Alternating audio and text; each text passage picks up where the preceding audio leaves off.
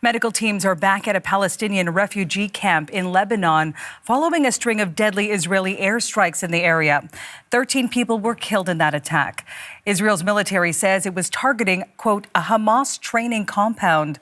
Blake Sifton is following this for us from Tel Aviv. Blake, what is the latest on this so far?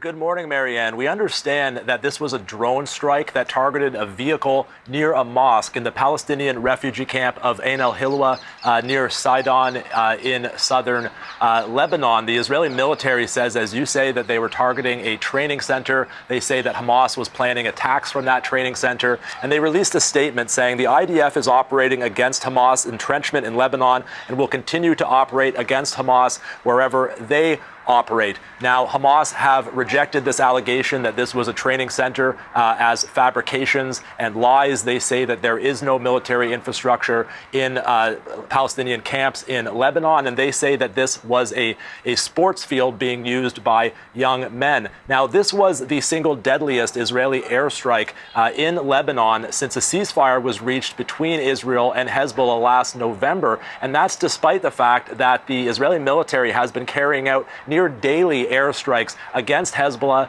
in Lebanon.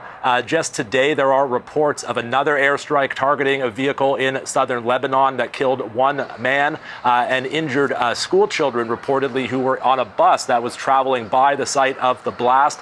And the Israeli military confirmed carrying out two separate strikes in southern Lebanon yesterday that they say killed two Hezbollah operatives.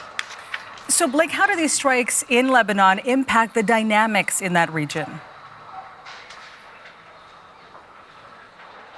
So just under a year since this ceasefire was reached between Israel and Hezbollah, tensions are already very high.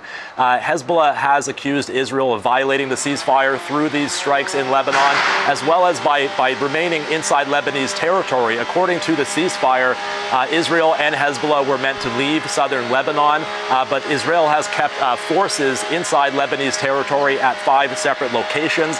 Israel has accused Hezbollah of seeking to rearm and rebuild their capabilities in southern Lebanon. The Lebanese government is under extraordinary pressure both by the United States and by Israel to disarm Hezbollah and Palestinian factions. They say they are working toward that goal. Earlier this year, they banned Hamas from operating inside Lebanon, and they've seized hundreds of rockets and other weapons from Palestinian camps in Lebanon. But attacks like this targeting Palestinian factions in Lebanon are quite rare, with only a few over the last year, and that's in comparison to the hundreds of Israeli strikes that have targeted Hezbollah. So there are concerns that with this strike yesterday, Israel may be beginning to target Palestinian factions in Lebanon, and that could make an already tense situation much more volatile.